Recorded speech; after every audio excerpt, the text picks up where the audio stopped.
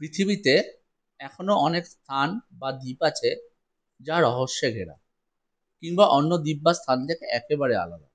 আর এসব রহস্যে ঘেরা স্থানগুলোর মধ্যে একটা হলো বাল্ট্রা দ্বীপ। ইকুয়েডর গ্যালাপাগোস দ্বীপপুঞ্জে অবস্থিত এই দ্বীপটি মূলত মানব বসতি শূন্য। দক্ষিণ আমেরিকার ইকুয়েডর নিকটবর্তী 13টি দ্বীপ নিয়ে গঠিত ম্যালপাগোস দ্বীপপুঞ্জ। আর এই 13টি দ্বীপের একটি হচ্ছে বাল্ট্রা বাল্ট্রা আইল্যান্ড। অবাক ব্যাপার এই যে এখানকার অন্য 12টি দ্বীপ থেকে বাল্ট্রা একেবারেই আলাদা, অদ্ভুত এবং রহস্যময়। দ্বিতীয় বিশ্বযুদ্ধের সময় কৌশলগত কারণে এই দ্বীপপুঞ্জের কয়েকটি দ্বীপে বিমান ঘাঁটি স্থাপন করে মার্কিন সরকার। এরপর থেকেই বিশ্ববাসী জানতে পারে বাল্ট্রা দ্বীপের ওই অদ্ভুত রহস্যের কথা। এটি গ্রীষ্মমণ্ডলীয় দ্বীপপুঞ্জ হওয়ায় এখানে প্রচুর বৃষ্টিপাত হয়, কিন্তু অদ্ভুত ব্যাপার হলো বৃষ্টির এক ফোঁটাও পড়ে না বাল্ট্রাতে। কি এক রহস্যজনক কারণে বাল্টার অনেক উপর দিয়ে গিয়ে অন্য পাশে পড়ে। বাল্টার অর্ধেক পার হওয়ার পর অদ্ভুতভাবে আর এক বাল্টার অর্ধেক পার হওয়ার পর অদ্ভুতভাবে আর 1 ইঞ্চিও এগোয় না বৃষ্টির ফোঁটা। অন্য দ্বীপগুলোতে আছে শিল মাছ, ইগুয়ানা, দানবীয় কচ্ছপ, গিরগিটি সহ বিরল প্রজাতির কিছু পাখি। কিন্তু বাল্টার ব্যাপারটা সম্পূর্ণ ভিন্ন। এই দ্বীপে কোনো উদ্ভিদ, প্রাণী বা কীটপতঙ্গ কিছুই নেই। পাল্টা আর পাশের দ্বীপ সান্তা ক্রুজের মাঝে 3 ফুট গভীর ও কয়েক ফুট চওড়া একটি খাল আছে।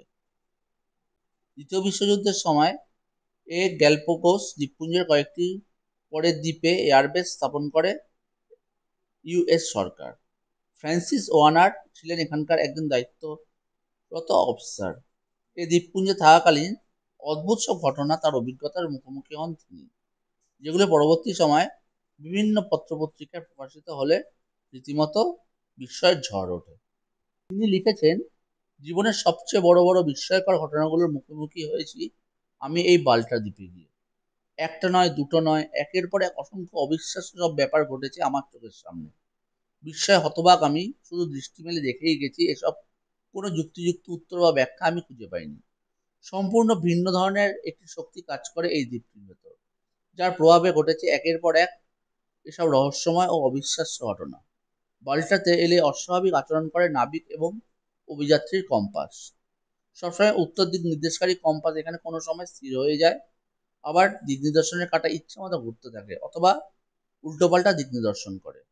সবচেয়ে রহস্যজনক ব্যাপার হলো বাল্টা দ্বীপের ওপর বিমান থাকাকালীন সময় এমন অদ্ভুত আচরণ করে বিমানের কম্পাসও। আবার দ্বীপ পার হলেই সব ঠিক হয়ে যায়।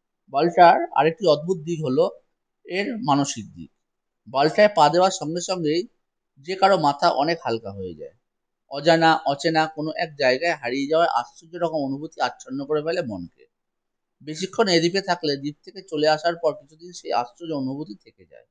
পরে অবশ্য আস্তে আস্তে তা ঠিকও হয়ে যায়। অদ্ভুত দ্বীপ বাল্টার কোনো পশু পাখি এ দ্বীপে আসতে চায় না। জোর করে এলেও কোনো পশু পাখি বসতি করানো যায়নি। দেখা গেছে বাল্টাকে এড়িয়ে পাশের দ্বীপে সান্তা ক্রুজের ধার ঘেঁষে চলেছে প্রাণীগুলি।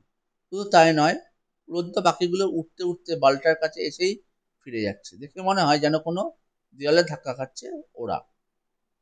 যদি আমার এই চ্যানেলটিকে ভালো লেগে থাকে, তাহলে যারা ফেসবুক থেকে আমার চ্যানেলটিকে দেখছেন বা পেজটিকে দেখছেন, তারা ফেসবুকে আমাকে ফলো করবেন এবং লাইক করবেন এবং এই পোস্টটিকে একটু শেয়ার করে দেবেন। আর যারা ইউটিউব থেকে দেখছেন, তারা অবশ্যই দয়া করে আমার চ্যানেলটিকে সাবস্ক্রাইব করবেন এবং লাইক করবেন, এবং কেমন লাগলো তা অবশ্যই কমেন্ট বক্সে জানাবেন। ধন্যবাদ বন্ধুরা।